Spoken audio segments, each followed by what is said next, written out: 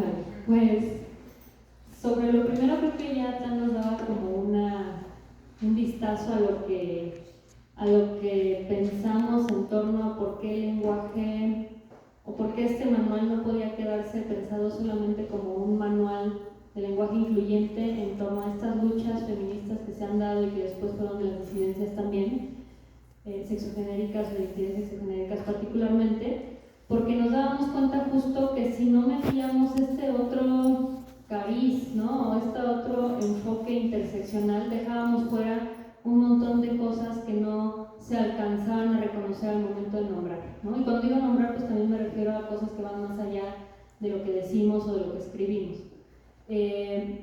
Pensábamos, por ejemplo, tuvimos grandes discusiones y reflexiones en torno al uso de la X, al uso de la E, al uso del asterisco, por qué sí, por qué no, eso a nivel simbólico, qué representa, pero qué deja fuera. Y pensábamos, por ejemplo, en esta cuestión del capacitismo, cómo cuando pones una X o cuando pones un asterisco, quien no tiene oportunidad de leer con sus propios ojos no va a tener posibilidad de que cuando alguien se lo lea, ¿no? o la computadora se lo lea, no va a tener el mismo acceso a ese texto, a esa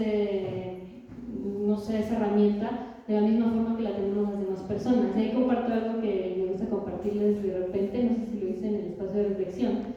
Yo en algún momento di algún curso de diversidad sobre el lenguaje y me llamó mucho la atención, como era un curso de diversidad, es decir, un curso sobre el lenguaje incluyente y demás, y llegó a mi espacio, era un espacio virtual, y llegó a mi espacio una persona que era ciega.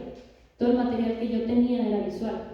Entonces ahí, lo que me gustó mucho, o sea, lo pongo como un a propósito, pero es lo que me gustó mucho de la reflexión que tuvimos en Fundar, fue cuestionarnos todo el tiempo nuestras propias prácticas como fundaritas, ¿no? O sea, como este no manual o este instrumento de criterios no es un así deberían de hacerlo ustedes, ¿no? Al contrario, es un nosotras qué estábamos haciendo, qué nos ponemos a reflexionar sobre nuestras propias prácticas y qué queremos seguir aprendiendo de esas prácticas que tenemos para mejorarlas, para adecuarlas, para las buenas prácticas seguirlas reproduciendo, porque siempre vamos a caer en esos sesgos, siempre va a haber cosas que no veamos, va a haber prácticas violentas que inintencionalmente podamos reproducir. Entonces todo el tiempo es un ejercicio, o sea, esta reflexión implica un compromiso ético con la propia práctica, consigo mismas y con el entorno cercano y hacia afuera y en todos lados, ¿no? Entonces también eso lo valoro y lo rescato muchísimo del ejercicio que hicimos, que es un trabajo continuo de cuestionamiento y reflexión sobre nuestras propias prácticas. Pero bueno, me fui un poquito hacia allá, porque justamente eso nos permitió ampliarnos a decir, ok, ya hicimos una revisión de lo que ya existe, ya están estos manuales en donde todas estas son muy buenas prácticas, ¿no? Esto nos puede ayudar a resolver que las mujeres no son nombradas desde el masculino universal, pero ¿cuáles mujeres? ¿No? Estas que se aparecen en las portadas de revista, en donde no todas encajamos. ¿Dónde están las mujeres de pueblos originarios? ¿Dónde están las mujeres con alguna discapacidad? Nos pusimos a reflexionar qué hacemos para visibilizar todo eso, ¿no? Y luego cómo incluso, aunque queramos introducir un lenguaje incluyente, eso no nos permite ver las realidades diferenciadas en el mundo, que por eso es importantísimo el lugar de enunciación, ¿no?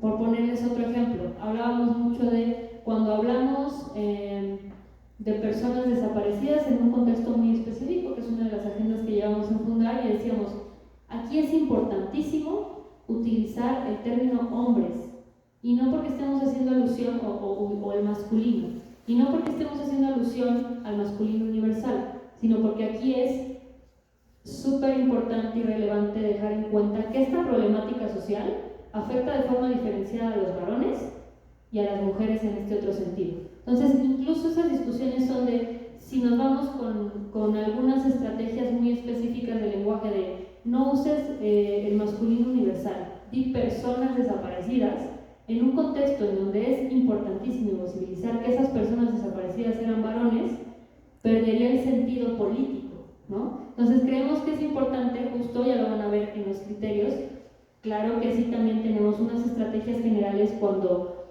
hay una comunicación emergente y decimos tenemos que resolver cómo hacemos para que podamos ser lo más incluyentes posibles, inclusivas posibles. Bueno, pero cuando no es el caso y queremos atajar desde la mayoría de los puntos posibles, nos vamos a esas otras estrategias que Ruby nos acompañó a construir, en donde vamos caso por caso haciendo un ejercicio de cómo ir definiendo a partir del lugar de ilustración o del contexto específico de lo que queremos nombrar, y a partir de eso construimos el lenguaje desde donde queremos representar, ¿no? Porque también el lenguaje tiene que ver con representación, y algo importante que decía Stan es que el lenguaje también marca las relaciones de poder que vivimos en el mundo, ¿no? O sea, esas relaciones de poder no solamente están inscritas en cómo nos vinculamos unas con otras personas, unos grupos con otros, sino que también en el lenguaje se aparecen las relaciones de poder. Y una forma de hacerlo mucho más visible, pues es atendiendo a decir el lenguaje no es neutro, el lenguaje invisibiliza, el lenguaje no representa igual, ¿no? Entonces, eso sobre la primera provocación que nos hacía Oscar. Y sobre lo segundo, incluso para invitarles a este espacio lo pensamos, ¿no? ¿Cómo hacemos llegar esta también provocación en estos temas, no solamente a estas áreas de comunicación a quienes luego se les recarga la responsabilidad de tener el lenguaje, la comunicación, las imágenes adecuadas para representar la realidad? Decíamos, pues es que es una cosa de todas, todas y todos. Todo el mundo nos comunicamos, todas las personas utilizamos el lenguaje, entonces, y nos construimos a partir de ese lenguaje. Entonces, claro que nos implica a todas las personas. Y algo también que decía Stan es, no solamente involucramos a las áreas de comunicación o a las áreas que hacen investigaciones, que se dedican a escribir, porque podríamos decir, bueno, las áreas que llevan a cabo trámites administrativos o que se encargan del cuidado de la casa, ¿para qué involucrarlos en un tema como esto? Pues porque es importantísimo, porque alguien en recepción va a recibir a una persona y si no le dice, oye, ¿cuál es tu pronombre? ¿Cómo quieres ser nombrada, nombrada y nombrado? Ya estás cayendo nuevamente en algo que desde el manual te van a decir que está bien porque resuelves al momento, ¿no? Estás recibiendo. Puede ser muy cordial y decir bienvenida cuando estás viendo un estereotipo o una expresión de género a como tú la conoces, pero puedes estar cayendo en no dignificar a esa persona. Entonces, por supuesto que es importante, ¿no? Los formatos que establecemos en los contratos, ¿no? Tuvimos una muy bonita experiencia con Ruby, hemos tenido otras experiencias en Fundar que nos han hecho darnos cuenta que el lenguaje está en todo, porque no solamente es el lenguaje, es la vida, ¿no? Entonces creo que por eso nos parece importante en esta reflexión colectiva incorporar a todas las personas de la organización y por supuesto que hacerles una invitación a quienes son nuestras contrapartes, a quienes son nuestras personas proveedoras, etcétera, para que se empapen de esto mismo y no es que se queden con estos criterios y los apliquen a como en Fundar que consideramos que queremos hacerlo, sino que abran la reflexión en sus espacios, ¿no? Entonces, creo que esa es una primera invitación de llévense esto, échenle un ojo, digan sí, no, desháganlo, ¿no? En una reflexión que ustedes inicien o que ya han iniciado y digan que sí, que no, porque sí, porque no, porque se vuelve una cosa como no sé cómo se identifiquen ustedes, ¿no? Pero a mí me pasó con los feminismos así. Es algo que se te mete en las entrañas y ya todo lo vas a ver así, ¿no? Entonces ahora que se salgan, vean simplemente cómo son nombradas, nombrados en los espacios en común. Lo que lean, ¿no? En los espacios públicos, cómo se lee. Ya no se les va a salir de la cabeza. Entonces, es a propósito que lo hagamos desde este lugar para invitarles a que lo sigan repensando y que también lo hagamos en colectivo, ¿no? Y por eso la actividad que tenemos adelante, pues es una forma de poder empezar a generar un diálogo que esperamos que no termine con esta presentación. Y lo dejaré ahí. Sí, yo quería sumarme a esta reflexión sobre por qué este instrumento no terminó siendo un manual. Y estoy justo recordando en este momento una discusión que tuvimos con Karen y con Claudia hace pues, más de un año, cuando justo estábamos tramando esta complicidad y la decisión de no hacer un manual tenía que ver con a qué tipo de sujeto o de subjetividad interpela un manual. Yo creo que un manual solicita docilidad de una persona. Por ejemplo, el manual de la lavadora. Pues, si tú te revelas a ese manual, es muy posible que la lavadora no quede armada como corresponde y entonces, pues, esa no docilidad tiene una consecuencia, digamos, grave con el objetivo perseguido. ¿Me explico? Los manuales necesitan un tipo de subjetividad dócil, adherente a eso que está establecido en los principios de ese instrumento. Y la pregunta nuestra era, ¿queremos que en Fundar o en las organizaciones o personas que se inspiren por este instrumento haya docilidad? Y entonces el lenguaje sea una cuestión de domesticarnos a un nuevo paradigma de cómo tenemos que hablar, como si fuera un imperativo moral, es decir, ahora tenemos que hablar de esta manera y no me importa si estás de acuerdo o no estás de acuerdo, y el sentido que estamos disputando con esta forma de comunicación. A mí eso me parece gravísimo, me parece una pérdida política y ética enorme de la densidad de todo lo que interpelan los feminismos, los enfoques decoloniales, las propias disidencias, los antirracismos y el mismo paradigma de los derechos humanos. Por eso ponemos al centro de este instrumento una noción ético-política. El otro día íbamos hablando con Klaus sobre este tema. Una de las preocupaciones, quizás es un sesgo mío, pero que yo tengo, que a mí la verdad es que me apura un montón cada día, sobre todo en los espacios en los que me muevo, académicos, activistas y de incidencia, es que creo que hemos mejorado y hemos aumentado, yo estoy muy feliz con eso, nuestro repertorio político sobre cómo podemos posicionarnos frente a graves injusticias del mundo en el que vivimos. Pero siento que no hemos caminado igual de fuerte con nuestro repertorio ético. El repertorio político tiene que ver con cómo movilizamos el poder y cómo interpelamos los sistemas que gestionan ese poder, desde la dominación, desde el abuso, etcétera, ¿verdad? O cómo también apostamos a que ese poder se democratice o tenga un paradigma distinto de su ejercicio. Para mí eso es a lo que responde la idea de la politización, ¿no? Pero siento que si eso no va acompañado de una reflexión ética, entonces podemos perseguir objetivos importantes, pero relativizar la idea de los medios que empleamos para conseguir esos fines. Y ahí está la pregunta ética. La pregunta ética es cómo me hago consciente y por lo tanto responsable de las consecuencias de mi obrar, de las consecuencias de mi actuar. Yo puedo tener una confrontación o una postura contraria a cierto paradigma de poder que puede ser profundamente injusto, pero para posicionarme frente a este sistema puedo tomar decisiones éticamente cuestionables, ¿verdad? Y para mí sería éticamente cuestionable decir que para ser más afines a un paradigma de derechos humanos, entonces le vamos a imponer a todas las personas que hablen de cierta manera. Por eso pienso que la ética es tan importante, porque en términos del lenguaje, la ética implica que cada persona hagamos un ejercicio crítico de lo que está en disputa cuando hablamos de una forma u otra. A mí nadie me impone que yo tenga que hablar de una manera.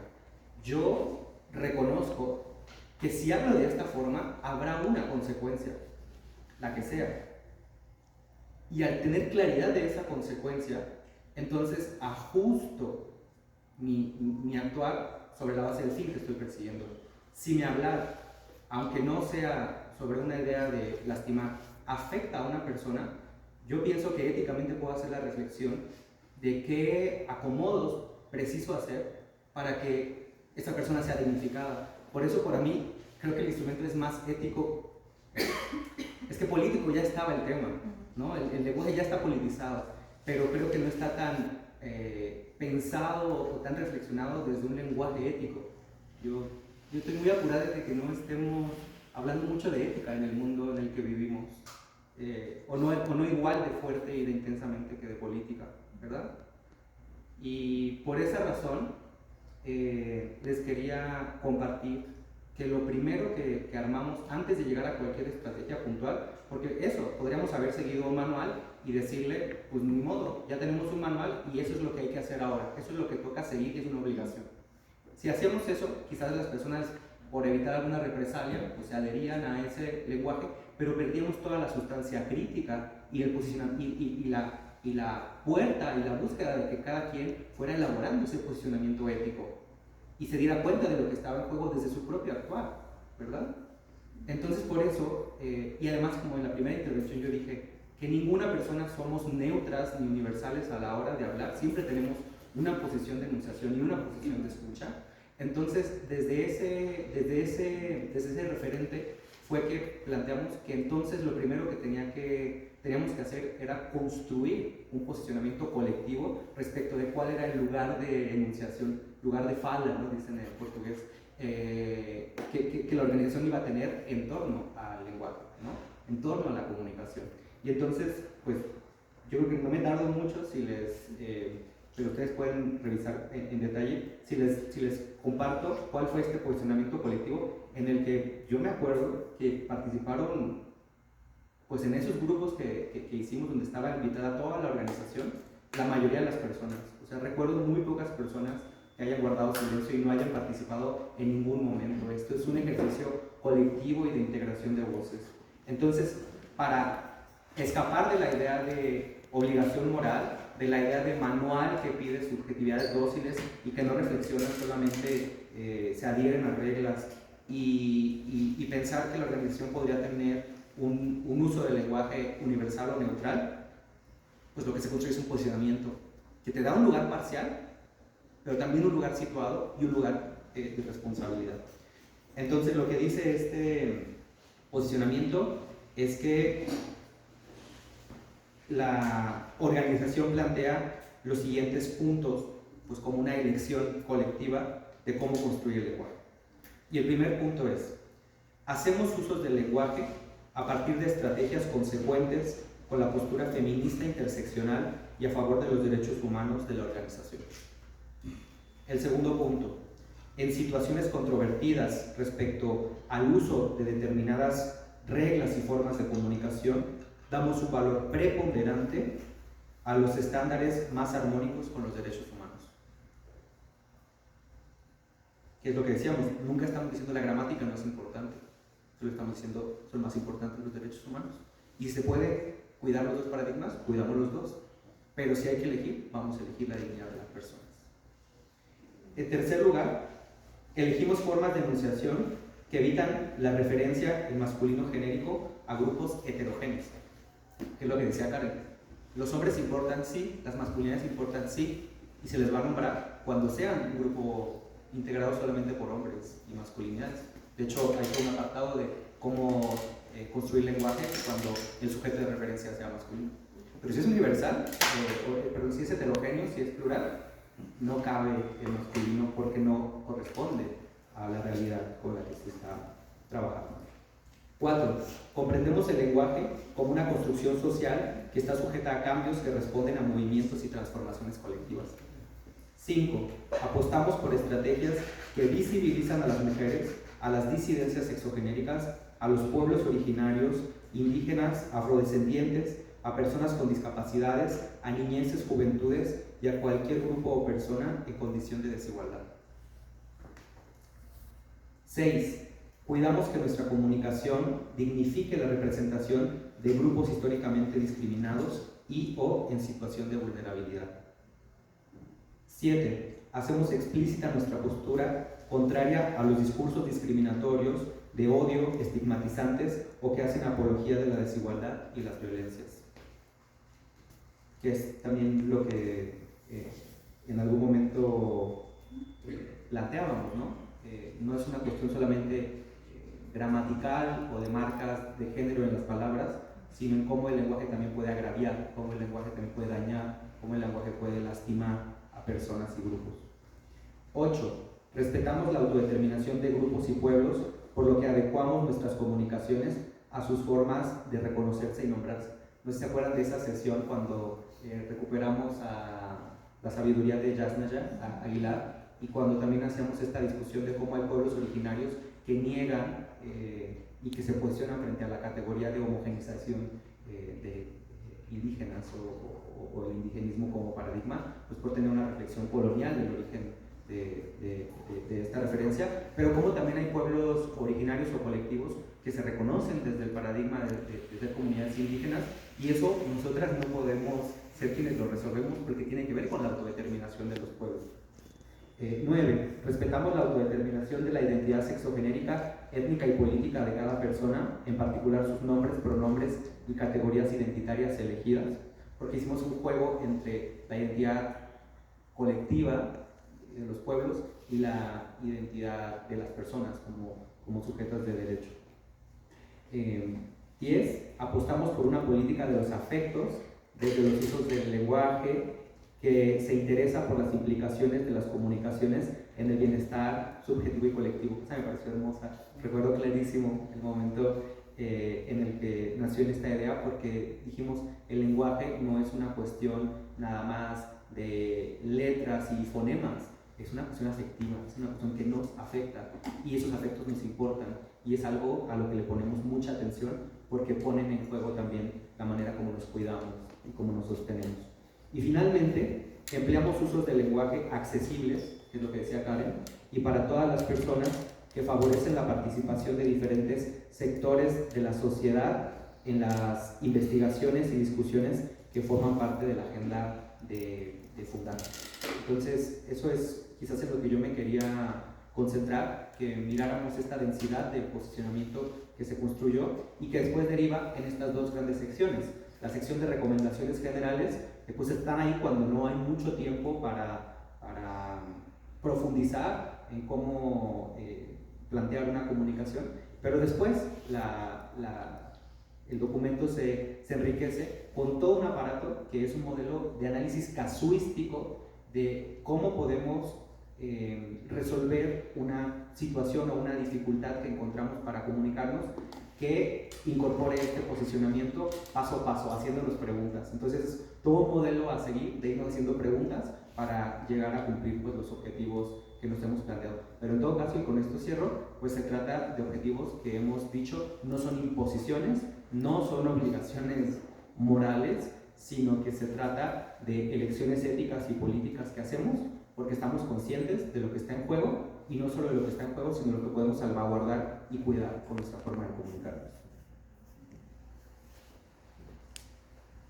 Algo que nos gusta mucho en Fundar es que cuando tenemos este tipo de documentos, que la gente se apropie de ellos. Entonces, si ustedes se apropian del documento, lo siguen enriqueciendo, la verdad es que va a ser algo que nos va a dar muchísimo gusto y que quizás en sus propios procesos, algo que es súper útil es siempre pensar el qué vamos a decir, a quién le estamos diciendo y para qué, pero también ahora agregarle como esta reflexión de las estructuras de poder, o sea, qué estamos diciendo con eso, a quién estamos oprimiendo.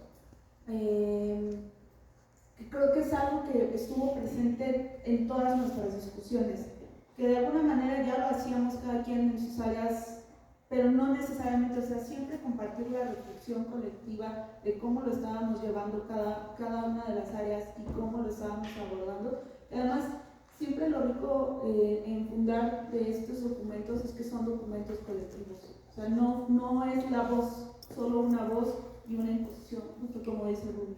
O sea, fue algo que se construyó colectivamente, que además eso le da todavía una mayor riqueza al